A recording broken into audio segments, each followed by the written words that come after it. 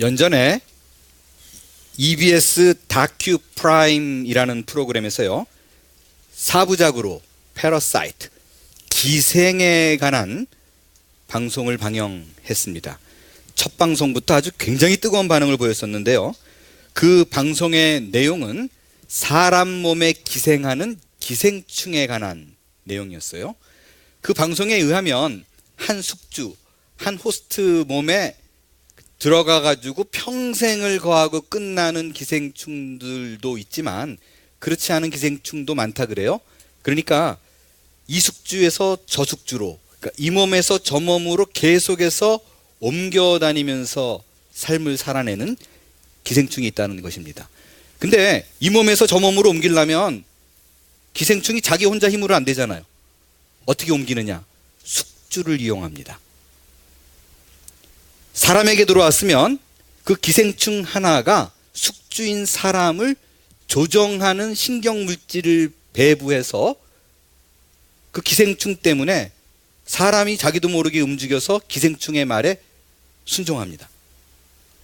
그걸 숙주조장이라고 얘기해요. 자기 몸보다 수천만 배나 더 큰 숙주를 이용하는 거예요. 어떻게 옮겨가는가? 그 다큐에서 몇 가지 기생충을 다루었는데 그 중에 두 가지만 여러분에게 소개를 드릴게요. 먼저 연갓이라는 기생충입니다.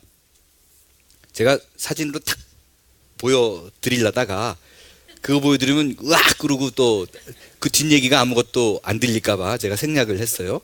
거의 보면 그렇더라고요.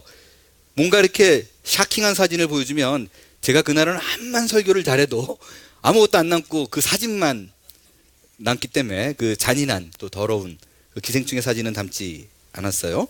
아무튼 이 연갓이라는 기생충은요, 주로 사마귀나 귀뚜라미를 숙주 삼습니다. 그 안에 들어가요. 그러다가 알 낳을 때가 되면 숙주인 사마귀나 귀뚜라미를 물가로 인도합니다. 그런데 이 숙주들은 자기들이 수영을 할 줄 모르는데도 불구하고 그 연갓이의 지시를 받고 물에 투신을 해요. 그래서 거기서 죽습니다. 수영을 못하니까. 근데 죽으면서 자기의 알을 낳고 죽는 게 아니라 연갓이의 유충을 쫙 뿌리고 죽어요. 두 번째로 메디나충이라는 게 있습니다. 여러분 제가 설명을 드리면 알 거예요. 왜냐하면 웬만한 다큐멘터리를 보거나 그 기생충에 대해서 좀 아시는 분은 충분히 한두 번쯤은 봤을 법한 거예요. 이 기생충은 사람의 주로 이 다리 부분에 기생을 합니다. 그래서 여러분들 이 메다니충을 뽑아내는 그 장면을 본 분들은 그렇게 조그만 흉터 있는데 거기를 집게로 잡아가지고 쭉 뽑으면 하얀 게 쫙 뽑아 나옵니다. 근데 길이가 이게 2m까지 사람 몸에 들어있어요. 근데 이 메다니충이 알 낳을 때가 되면 사람의 다리 밑, 발 밑 피부 조직으로 몰려든대요. 그러면 어떤 반응이 일어나냐면 다리가 타들어가듯이 너무 막 뜨거워져요. 그러니까 너무너무 뜨거우니까 사람이 견딜 수가 없어서 어디로 가요? 물가로 갑니다. 물가로 가가지고 그 뜨거운 발을 탁 물에 담그는 순간 그 흉터 속에서 그 메다니충 유충이 쫙 뿌리고 나온대요.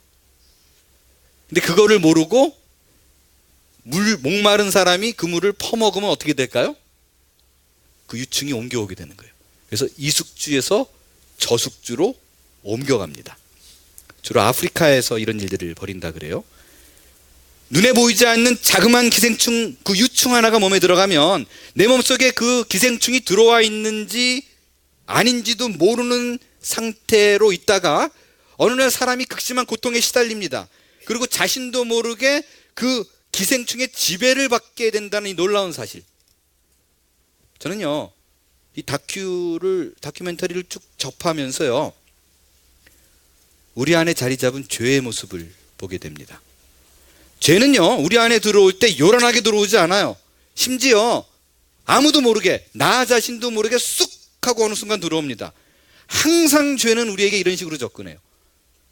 이건 뭐 어때? 이건 다 하는 거야. 아무것도 아니야. 이 정도를 누가 죄라 그래? 아무도 몰라. 아무도 몰라. 그리고 이거는 기본이야. 정직하다고 누가 알아도 너만 바보 되는 거야. 항상 우리는 우리를 합리화하는 여러 가지 방법을 떠올리게 해서 죄가 우리 안에 쑥 들어와요.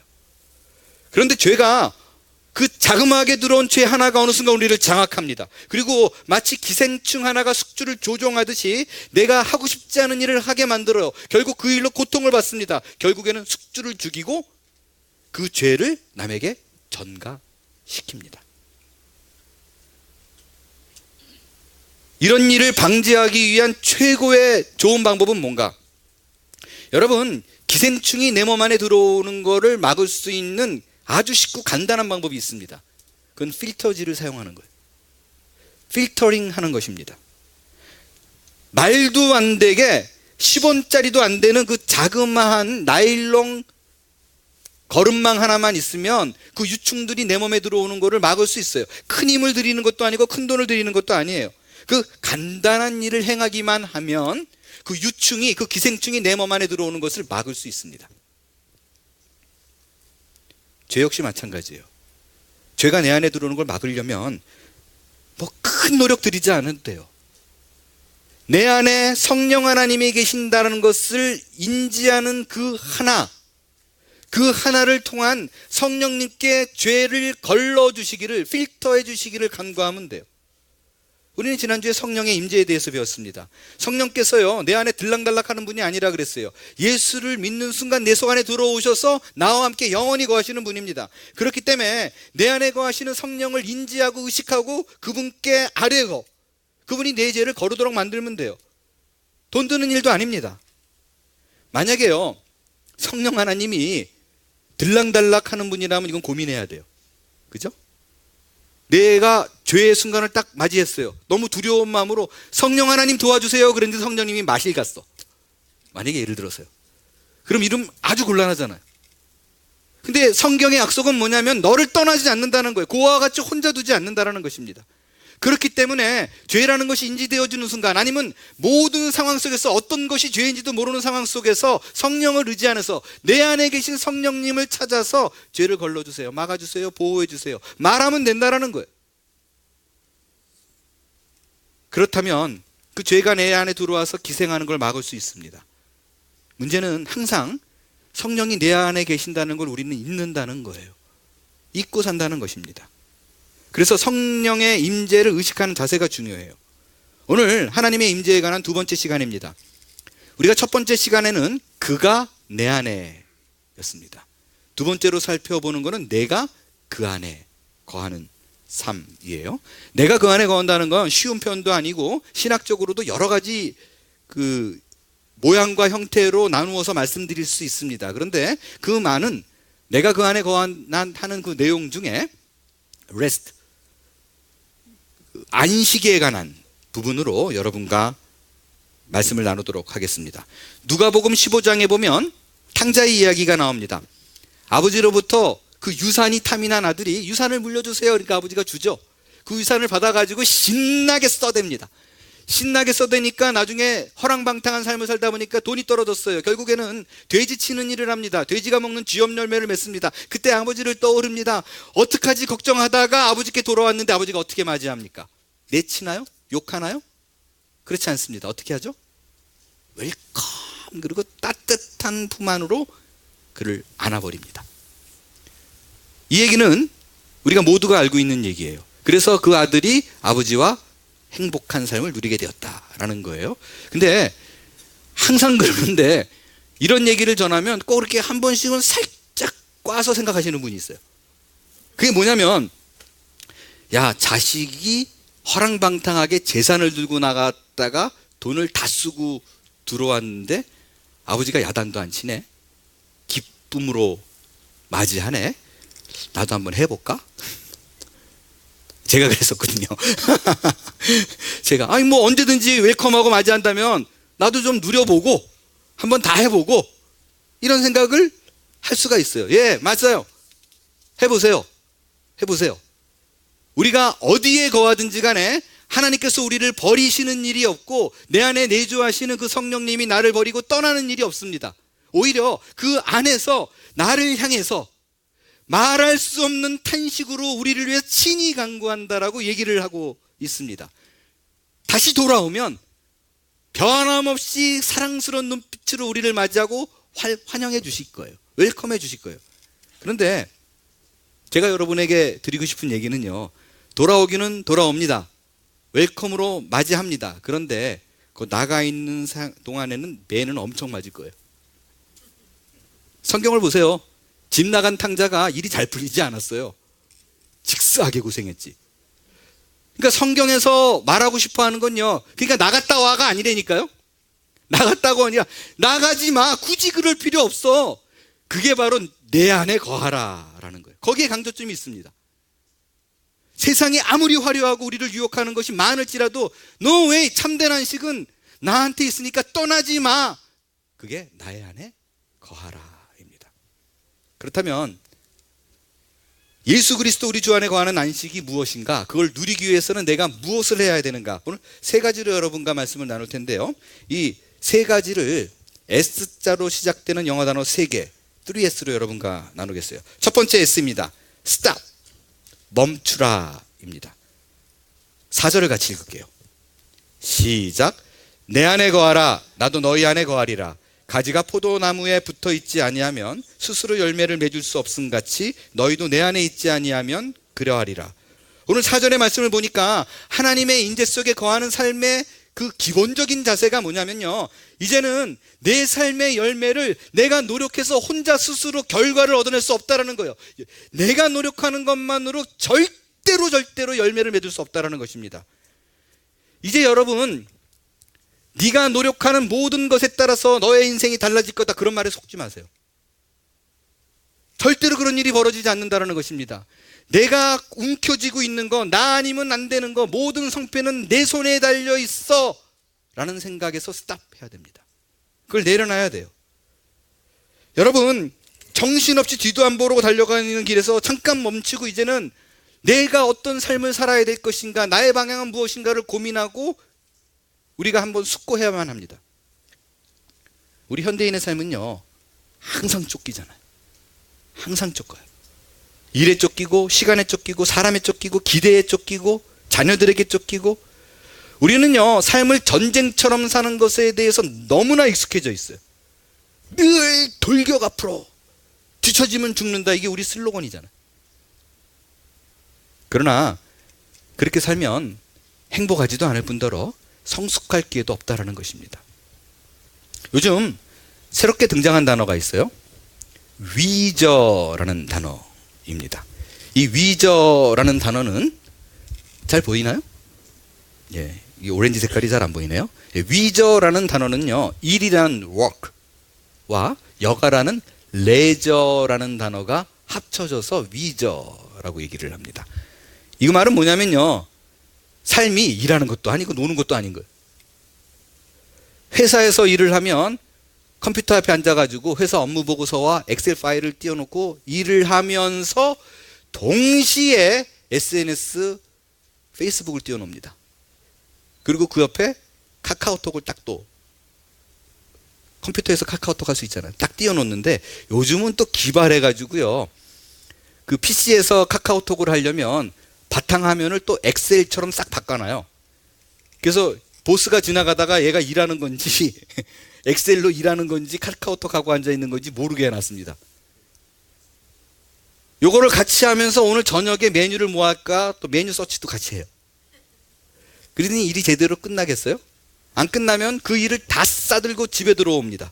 집에 들어와서 식사하고 이메일 확인하는 그런 패런의 삶을 우리가 살아내고 있어요. 그게 바로 위저예요. 이거를 반대로 얘기해 볼까요? 반대로 얘기하면 휴가, 베케이션을 가도 마찬가지예요. 어디 놀러 가도 쉬는 게 아니에요. 계속해서 이메일 체크업하고 오는 전화 받아서 지시하고, 진정한 의미의 쉰다는 거를 배워본 적이 없어요. 누릴 수 없어요. 누리는 건 몰라요. 그래서 휴가 가는 게 아니라 그곳에서 또 다른 일을 합니다. 또 휴가를 가는 것 준비하는 과정 속에서도 누리는 게 아니라 완전히 회사 일하듯이 해요. 어떻게 하나요? 내가 첫째 날은 어디 가서 몇 시부터 몇 시까지는 뭐를 하고, 점심을 어디서 먹고, 이 점심을 먹기 위해서는 그 전에 어디 가가지고 쿠폰을 구해서 그 20% 할인되는 거를 제시하고 가족이 4명이니까 어디가 얼마를 세이브할 수 있고 또 그 돈으로 몇 시부터 몇 시까지 뭐를 하고 쫙 짜요. 그리고 출발 그러고 떠났는데 누군가 한 명이 꼼지락거려가지고 내가 쿠폰을 구할 시간을 놓쳤어요. 그럼 밥 먹으면서 또 스트레스 받기 시작해요. 그 돈을 다 놔야 된다는 억울함 때문에. 그리고 거기서 누가 또 잘못했느냐, 누가 이런 일을 만들었느냐, 네가 늦게 일어나서 그랬다, 네가 안 깨워서 그랬다, 아빠가 어제 저녁에 늦게 재워서 그랬다, 뭐 이래가지고 또 집안이 싸움판이 됩니다. 그래서 휴가를 가가지고 즐기기 오는 것이 아니라 그 계획에 맞춰서 해내야 된다라는 부담감과 심리적 그런 눌림에서 벗어나지 못하고 지내다가 결국 집에 와가지고 뭐라 그래요? 에이, 집이 제일 좋아. 이게 바로 위저입니다. 오늘 이 자리에 앉아 계신 분 중에서요, 제 말에 동감도 못하는 분이 계실 수 있어요. 정말 일이 많은 사람, 산더미처럼 쌓여있고 쉴 틈이 없어요. 그런 경우는요, 또 2가지의 경우가 있을 수 있어요. 그 2번째의 경우가 타임 매니지먼트 못해서 그래요. 시간 관리를 못해서 그럽니다. 그러니까 긴급한 일과 중요한 일, 또 우선 해야 될 일, 이거가 없어요. 그냥 닥치는 대로 하는 거예요. 눈에 보이는 대로 하는 거예요. 그런 말 있죠. 어떤 사람이 나무를 그냥 톱으로 막 썰고 있는데 너무너무 느리게, 답답하게 느리게 하고 있더래요. 그래서 왜 그런가 그러고 톱을 봤더니 톱이 묻어져 가지고 날이 없더래요. 그걸 계속 하고 있는 거예요. 너무 답답하니까 물었대요. 아니, 톱날을 갈고 일을 하지 왜 그러고 있냐고. 그랬더니 그 사람이 그랬다잖아요. 시간이 없어서 톱날 갈 시간이 없다고. 그러니까 우선순위가 없는 거예요. 다 메스업 돼 있는 거예요. 3번째가 내 일을 분배하고 분담하지 못해서 그래요. 그래서 모든 일을 혼자 다 짊어집니다. 상사가 준 일은 거절하지 못해서 짊어지고, 내가 짊어지고 아래에게 나눠줘야 되는데 또 나는 성격이 싫은 소리를 못해. 또 조금만 기분 나빠하면 또 부탁을 못해. 그러니까 또 그 일도 내가 짊어져서 하고 앉아있고. 근데 제가 한국에 나가서 보니까요, 몰랐던 사실을 또 하나 알게 된 게 있어요. 부하 직원에게 일을 못 주는 이유 중에 하나가 일을 줬다가 나보다 일을 더 잘해. 그러면 슬슬 내 위치가 불안해지기 시작합니다. 언제 잘릴지 모르는 거예요, 이제. 쟤 때문에. 그러다 보니까 안 주고 내가 다 짊어지고 있는 거예요. 못 줘, 안 돼. 이게 우리의 삶을 망가뜨리고 계획되지 못하고 끌려다니는 삶을 만들게 되는 요인이라는 거예요. 근데 제가 지금 말씀드린 이 3가지, 위저, 타임 매니지먼트, 디스트리뷰트, 그러니까 분배와 분담을 정말 잘하는데 일이 많아가지고 못 견디는 사람이 있을 수 있죠. 이 3가지를 다 내가 짜임새 있게 하는데 그런 경우에는요, 방법이 없어요. 무언가를 포기해야 됩니다. 무언가를 뚝 떼내서 이거는 안 해, 그리고 스탑 해야 돼요. 내가 스탑하지 않으면 일이 나를 스탑시키든지 남이 나를 스탑시키는 일이 벌어집니다. 어떻게 이렇게 잘하냐고요? 제가 2007년도에 그러다 쓰러진 거잖아요. 과로로. 근데 일이 정말 많았는데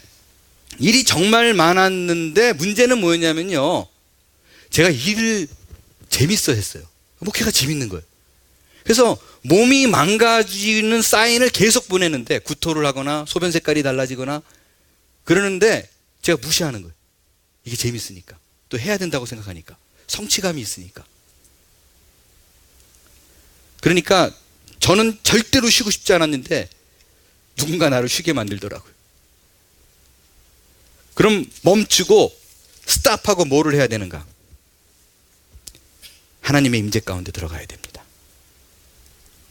모든 걸 다 내려놓고 널브러져 있는 것이 아니라 하나님의 임재 속에 들어가서 하나님이 나를 이 땅에 보내신 이유와 목적을 찾아내야만 합니다. 내 인생을 다시 리셋해야 돼요. 그게 오늘 4절의 말씀입니다. 4절을 다시 한번 읽겠어요. 4절 시작. 내 안에 거하라. 나도 너희 안에 거하리라. 가지가 포도나무에 붙어 있지 아니하면 스스로 열매를 맺을 수 없음 같이 너희도 내 안에 있지 아니하면 그러하리라. 하나님의 임재 가운데 들어가지 않는 자는 결단코 삶의 열매가 없다는 거예요. 어느 인생도 실수나 우연히 태어난 인생이 없기 때문에 하나님 앞에서 그분의 임재 속에 들어가서 하나님이 나를 이 땅에 보내신 이유를 물어 알아내야 된다는 것입니다. 그렇지 않으면 열매 없대요. 헛된 인생 살아난대요. 여러분, 이 임재 가운데 들어가는 건요, 가능한 하루에 한 번 들어가면 좋죠. 그래서 그분 속에 푹 거하는 삶을 살면 누구나 다 원하는 거 아니겠어요? 근데 제가 신방을 다녀보니까요, 그런 말이 잘 안 나와요. 정말 힘들게 사시는 분이 있어요. 근데 적지 않아요. 근데 그분들 앞에서 모든 거를 다 놓고 하나님의 임재를 하루에 한 번씩 이게 안 할 수는 없으니까 하는데 사실 이게 너무 쉽지 않더라고요. 다 보이는데요. 다 보이는데. 그래도 해야 됩니다. 하루에 한 번 안 되면 일주일에 한 번이라도 해야 돼요. 누구에게도 구애받지 않고 하나님과 독대해서 그분과 함께 누리는 그분의 임재 가운데 거하는 삶을 살아내야 돼요. 여러분이 잘 아시지만 저는 이 한몸교회에 부임하기 전에 크리스찬 회사인 이롬의 사목으로 있었습니다. 한국에 있는 본사에 1년 반 사목으로 있었는데 많은 분들이 사목으로 있었던 기간이 1년 반이 다인 걸로 알고 있는 분들이 꽤 계시더라고요. 그렇지 않아요. 사실은 한국 본사에 1년 반 있었고 2011년도에 교회를 개척하면서 미주 이론 본사에서 한 6년 정도 사역을 했었어요. 사역을 해봤자 뭐 다른 게 아니라 월요일 날 그 모든 직장이 일을 시작하기 전에 1시간 예배를 드리고 또 분기별로 특강과 세미나를 만들어서 그들에게 전해주고 뭐 그런 일이었었어요. 그러다 보니까 이롬이라는 회사가 생식을 만드는 회사잖아요. 한국의 그 먹거리 문화에 굉장히 큰 영향을 준 회사입니다. 그러다 보니까 회사 안에 있다 보면 굉장히 유명한 강사분들, 아주 비싼 강사들을 모시고 강의를 들어요. 강의의 대부분의 내용이 뭐 딴 거 아니죠. 사람 몸에 대한 거, 건강에 대한 거, 먹거리에 대한 거, 암세포에 대한 거, 뭐 이런 얘기들이에요. 황성주 목사님이 이제 암 또 전문 의시니까 그런 얘기를 수차례 이렇게 합니다. 근데요, 솔직히 말씀을 드리면요, 정말 많은 강의가 대부분 저거를 내가 왜 듣고 있나라고 싶은 강의가 많아요. 왜? 너무 뻔한 얘기예요. 그리고 우리가 다 거의 대부분의 특별히 건강에 관심 많은 한국 사람들은 웬만한 사람들은 다 아는 내용이에요. 근데 그거를 왜 굳이 저렇게 비싼 분을 모시고 강의를 들어야 되나라는 생각이 들어요. 특별하지 않아요. 근데 이런 차이가 있어요. 알고는 있는데 어떻게 느끼냐면요, 그닥 뭐 그게 그렇게 영향을 주려고라고 생각이 돼요. 그게 뭐 그렇게 중요할까? 그래서 거기서 말하는 대로 잘 안 해요. 그러다 언제 필요한 걸 알게 되느냐? 덜컥 몸에 이상이 왔을 때, 그때 비로소 앞불싸 생각합니다. 그리고 그렇게 쉬운 건데 왜 이런 생각을 하게 돼요. 예를 들어볼까요? 여러분, 그 건강한 식사의 기본이 뭐라고 생각하세요? 좋은 재료를 쓰는 거잖아요. 유기농, 화학 조미료가 첨가되지 않는 거, 그죠? 그리고 그린 푸드라고 말하는 그런 녹색 식품들, 그걸 먹으면 건강해지잖아요. 그죠? 근데 제가 알게 된 사실이 뭐냐면요, 중요한 건 그게 그렇게 무의미해요. 제일 중요한 건강 식단의 기본은 뭐냐면요, 식사량이 내 위에 80%를 넘지 않는다, 이거예요. 선을 넘지 않는 거예요. 내가 인지되든 인지되지 않던 간에 더 먹을 수 있을 것 같아도 나중에 와 이러지 않고, 암만 좋은 거라도 80%가 딱 차면 스탑 하는 거예요. 이건 모든 일에도 마찬가지예요. 운동도요, 운동선수도 70%, 내가 몸을 쓸 수 있는 그 기능의 70%가 넘어가면 몸에 해가 된다고 얘기합니다. 암세포도 다른 거 아니잖아요. 암세포가 따르게 들어오는 게 아니에요. 정상세포입니다. 정상세포인데 선을 넘어서 분열을 많이 하면 종양이 되는 거예요. 이 모든 말이 뭐를 의미해요? 인생을 살 때 정말 중요한 거는 어디까지가 선인지를 아는 것입니다. 내가 어디까지가 한계인지 나에 대해서 인식하는 거예요. 그 선을 넘어갈 때에 늘 문제가 생깁니다. 여러분, 이거는 육체적인 부분만 문제가 아니에요. 우리가 정말 빨리 깨달아야 될 사실이 있습니다. 여러분이 노력해서 여러분이 애를 써서 내 인생을 구원하겠다는 생각도 선을 넘은 생각입니다. 여러분의 노력으로, 여러분의 선한 행동으로 결코 여러분의 구원을 이룰 수 없습니다. 우리의 구원은 오직 예수 그리스도 보혈 하나뿐이라는 거예요. 예수 그리스도의 십자가 외에 우리의 육적인 인생이든 영적인 인생이든 구원할 수 있는 그 어떤 다른 방법도 없습니다. 그걸 빨리 깨달아야 돼요. 그럼에도 불구하고 우리는 구원마저도 내 손에 있는 걸로 생각합니다. 여러분이 달려가고 있는 길을 잠깐 멈추십시오. 하나님의 임재 가운데 들어가는 훈련을 해야만 합니다. 오늘부터 해야 됩니다. 그 훈련 다른 거 아니에요. 그가 내 안에 있듯이 내가 그분 안에 거하겠다라고 고백하는 거예요. 그분이 거한다는 사실을 인지하고 끊임없이 모든 순간마다 그분에게 말 거는 거예요. 물어보는 거예요. 얘기하는 겁니다. 그게 그분의 안식 안에 거하는 삶의 기본 훈련이에요. 그 훈련을 끊임없이 오늘부터 할 수 있는 저와 여러분이 될 수 있기를 바랍니다. 돈 안 들잖아요. 돈 안 들어요. 노력도 많이 안 들어요.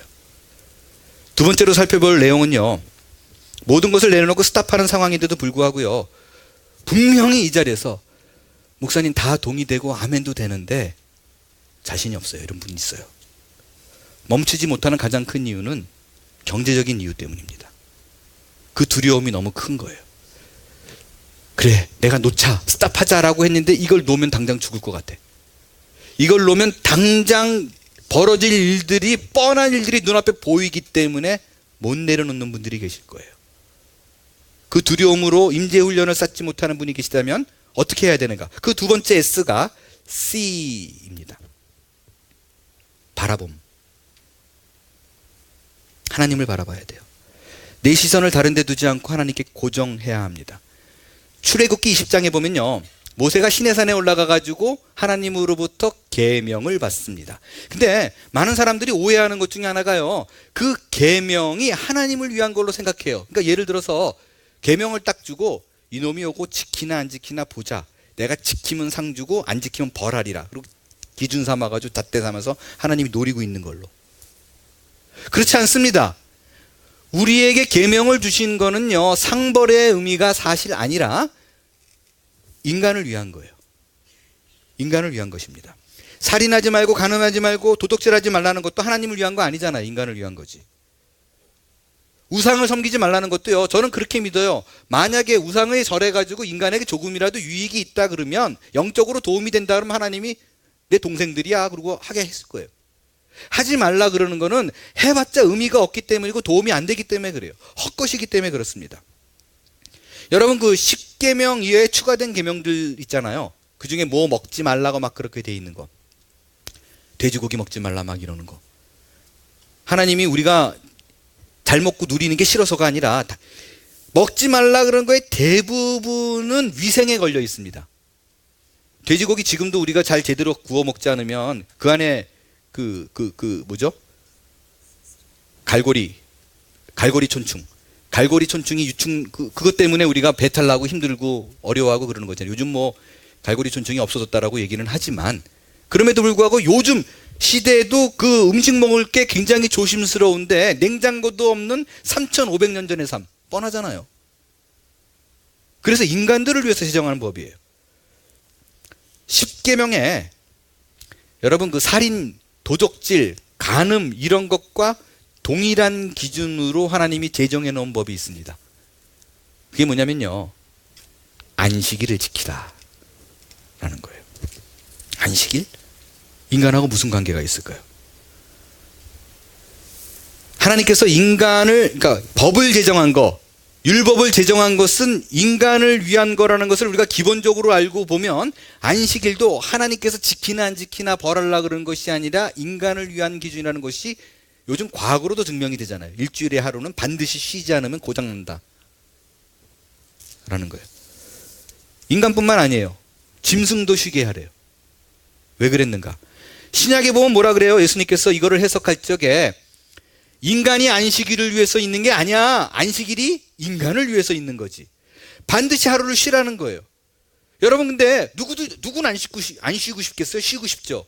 근데 그 계명을 받은 3,500년 전에 이스라엘 사람들은 두려운 얘기입니다. 왜? 사막 땅이에요. 먹고 살 일이 힘든데 매일매일 바지런하게 뭐를 해도 내가 뭐 오늘 살까 말까 하는데 쉬래요? 하루를? 이게 가능한가? 그런데 하나님께서 쉬라고 얘기합니다. 왜 그래요? 다른 거 아니에요. 시선을 다른 데 뺏기지 말고 하나님께 고정하라는 의미입니다. 생명과 직결된 문제이기 때문에 네가 감히 행하지 못하는 일이라도 해봐. 순종해봐. 내가 너를 책임져. 그걸 왜 못 믿어? 이게 바로 안식일에 쉬라는 얘기입니다. 하나님께서 너를 책임지겠다는 거예요. 나의 안에 거하는 삶의 방식을 택한다면, 나의 임재 가운데 들어가는 것을 너희가 택한다면 내가 너를 먹이고 살리고 환난 가운데도 너를 지켜줄 것이라는 약속입니다. 하나님께서는요, 복음에 대해서, 주 안에서 누리는 안식에 대해서 그렇게 어렵게 설명하지 않았어요. 부디 믿어라, 내려놔라, 하루를 떼어 안식을 취해라. 그럼 너는 내가 하나님인 걸 알게 될 거다. 연전에 우리에게 굉장히 익숙한 홍콩 배우죠. 주윤발, 양조위, 유덕화. 이 사람들이 홍콩 민주화에 가담했다가 중국 정부로부터 이 중국 정부 안에서 이제 중국 땅에서 연애 활동을 못하게 내쳤어요. 근데 이들이 좀 황당한 게 이들 수입의 80%가 홍콩이 아니었어요. 중국이었지. 그러니까 100원 벌던 사람이 이제는 20원밖에 못 벌게 된 거잖아요. 그러니까 기자가 안타까운 마음에 주윤발에게 물어봤어요. 어떻게 생각하냐고. 주윤발이 뭐라고 대답했는가. 이렇게 얘기했습니다. 돈을 좀 적게 벌면 됩니다. 여러분, 돈과 명예, 그 세상의 어떤 것보다 예수 안에 거하는 그 안식을 취할 수 있게 되기를 바랍니다. 주윤발이 돈이 많아서 그렇다고요? 여러분, 부자가 돈 욕심 없는 사람 봤습니까? 부자는 항상 부족하다고 말하는 사람들이 부자들이잖아요.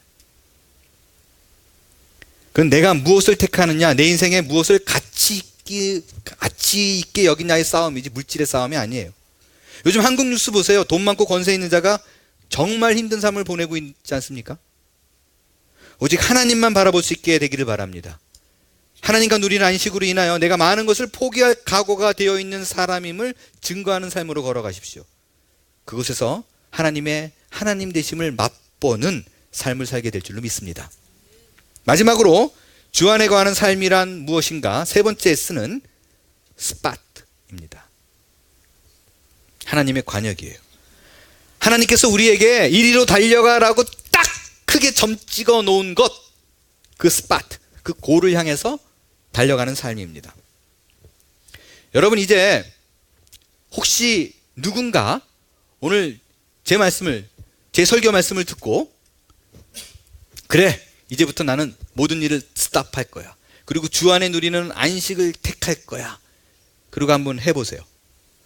그럴 때 꼭 주 안에 거하는 안식이라는 것이 무엇인가를 택할 때 결심해야 될 사실이 하나 있습니다. 이거는요, 하나님께서요, 그냥 네 하는 일 다 나, 그냥 나만 믿고 따라와. 애들 먹이듯이 내가 다 먹여주고 채워주고 재워주고 뭐 다 할게, 이런 뜻 아니에요. 여러분, 이걸 믿음이라 그러지 않습니다. 제가 실제 아는 분 중에, 알게 된 분 중에 이런 분이 있어요. 이분이 예수를 믿고 나서 얼마 되지 않은 시점에 갑자기 직장의 모든 일들이 스트레스가 쏟아져 내려왔어요. 동시에 남편도 그런 일들이 막 벌어지기 시작했어요. 근데 이런 비슷한 설교를 들은 모양이에요. 하나님만 믿고 모든 걸 내려놔라, 뭐 이런 얘기를. 이걸 어떻게 적용했냐면 그냥 다 놔버렸어요.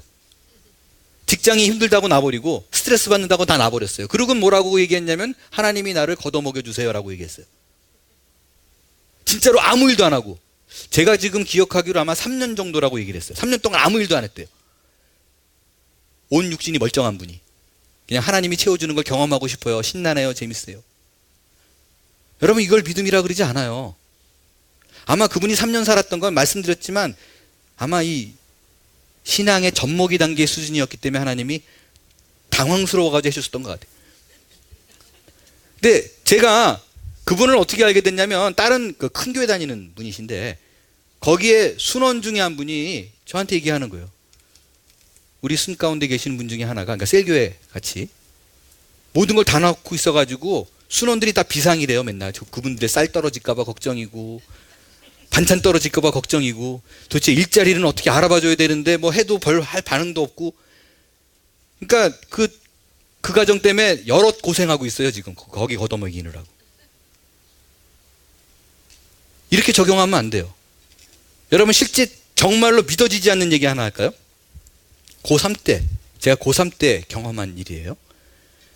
고3 학력고사 대입시험을 2달 앞두고 벌어진, 이거 진짜 있었던 일이에요.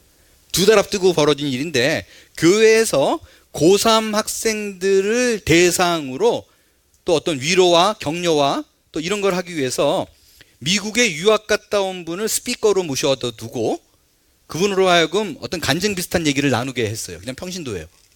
당시만 해도 미국 유학은 뭐 이게 어려운 거였는데, 갔다 온 사람이니까 다들 반짝반짝 무슨 말을 하나, 크리스찬이라니까 또 이러고 듣잖아요. 근데 이분이 뭐라고 얘기를 했냐면요, 잊어버리지도 않아요. 미국 유학을 토플 시험을 2달 앞두고 자기 영어 실력이 토플 550을 맞아야 되는데 도저히 안 되더래요. 이거는 자기가 암만 노력해도 이룰 수 없는 커트라인이더래요. 550. 2달 남겨두고. 그래서 자기가 결정을 했대요. 오늘부터 공부 집어치고 기도하는 시간에 투자하리라. 하나님 길을 열어주소서. 이게 실제 벌어진 일이에요. 그분 내가 직접 들은 얘기입니다. 그래서 이분이 공부하는 양을 확 줄이고 그 시간 대신 기도하는 시간을 썼대요. 토플 시험 날이 왔습니다. 토플 시험지를 딱 받아들었는데 정답에 십자가가 다 그려져 있는 게 보이더래요. 하얗게. 이게 뭐지? 이게 정답이나 보다 싶어가지고 동그라미를 그 답에다가 다 쳐가지고 제출했더니 커트라인을 넘어선 걸로 합격됐대요. 이거를 얘기했어요. 저는 그때 많은 고3 애들이 은혜를 받았습니다. 근데 지금 생각해보면요, 성령 하나님이 시험 답안지를 작성했는데 왜 만점이 안 나왔을까요? 성령 하나님도 아리까리한 문제가 있었나요?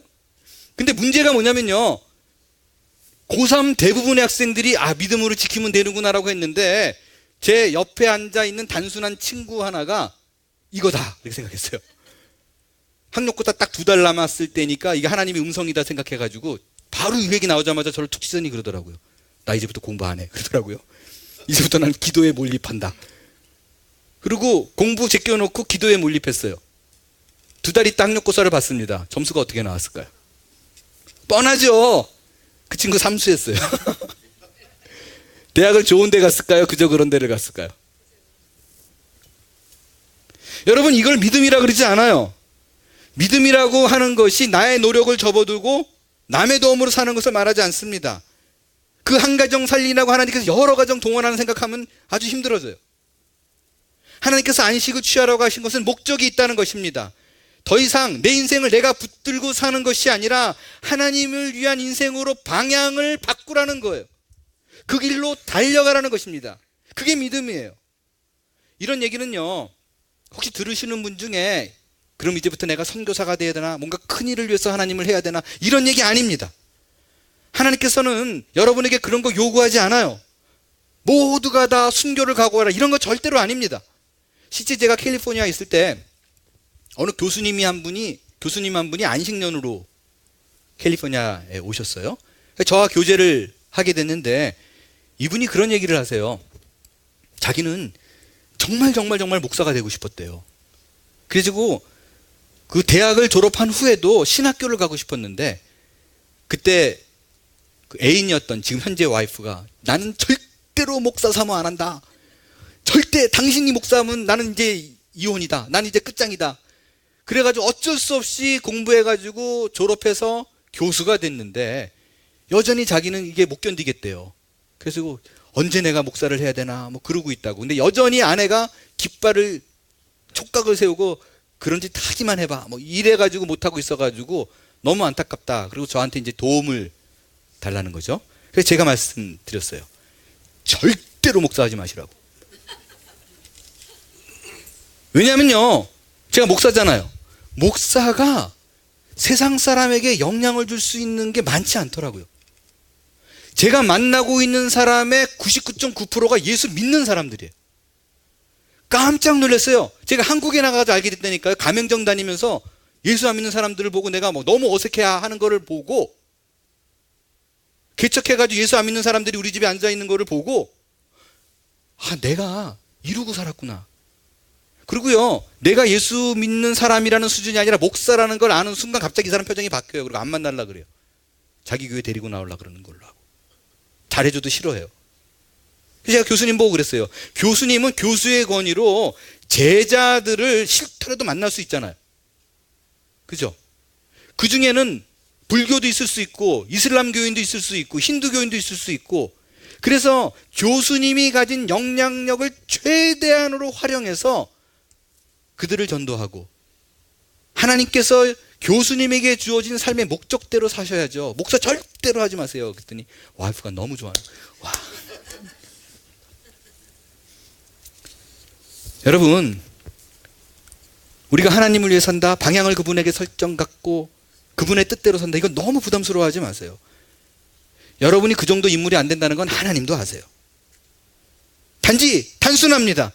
지금 현재 하고 있는 일을 계속하면서 내 인생의 목표를, 방향을 하나님께 고정하십시오. 그분이 내게 보여주신 관역을 향해 턴하라는 얘기예요. 그게 다입니다. That's it, that's all.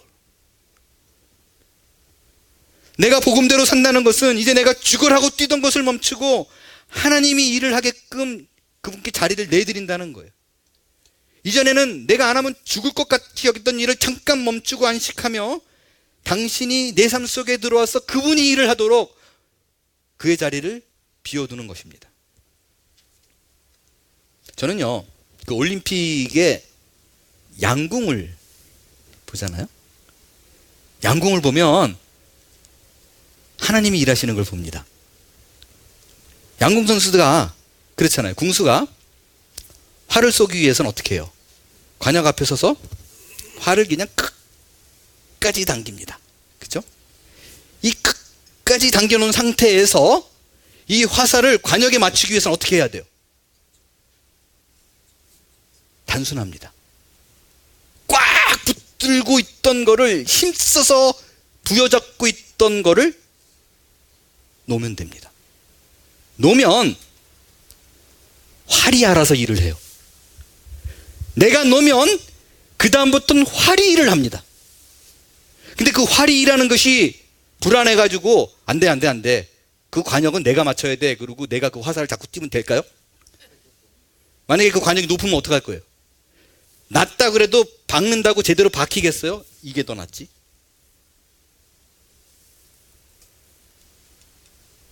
궁수는 화살을 들고 뛰는 게 아니에요. 활이 일을 하게끔 해야 됩니다. 이게 하나님이 하시는 일이에요. 하나님이 일을 하게끔 자리를 내드려야 돼요. 그런데 여기서 궁수가 정말 중요하게 놓치지 말아야 될 사실이 하나 있어요. 활에다가 화살을 낍니다. 그리고 크게 당깁니다. 그런데 여기서 궁수가 해야 될 일은 관역을 쳐다보는 일입니다. 관역에서 내 시선을 절대로 거두지 않는 거예요. 그리고 내 활을 관역을 향해서 내 시선과 동일한 자리에 놓고 내가 땡긴 이 손을 놓는 것입니다. 일은 하나님이 하십니다. 우리가 바라봐야 될 방향을 놓쳐서는 안 됩니다. 그러면 화살은 목표로 가게 될 거예요. 말씀을 마치겠습니다. 오늘 드린 이 세 가지의 말씀은 이미 2000년 전에 우리 예수님께서 우리를 위하여 이루어 놓으신 일입니다. 예수님께서는 30세가 되던 해에 자신이 하던 목수일을 내려놓습니다. 그리고 하나님만을 바라보고 3년 동안 묵묵히 공생의 일을 감당하십니다. 그리고 태초전에 이미 예정된 대로 그 방향대로 흔들림 없이 걸어가서 우리의 죄를 위해 기꺼이 십자가를 지고 하나님과 인간 사이에 다리를 놓아 드렸습니다. 그리고는 우리를 향하여 나의 안에 거하라 라고 말씀하시며 우리를 초청하고 계십니다. 여러분의 인생을 이제 하나님이 일을 할 수 있도록 그분 안에 거하는 삶으로 들어오십시오. 그렇다면 오늘 말씀드린 3S, Stop, See, Spot, 안식, 바라봄, 방향ing, 이 세 가지를 실천한다면 날마다 하나님의 임재 가운데 능히 거하여 열매 거두는 인생이 될 줄로 믿습니다. 일어나 찬양 드리겠어요.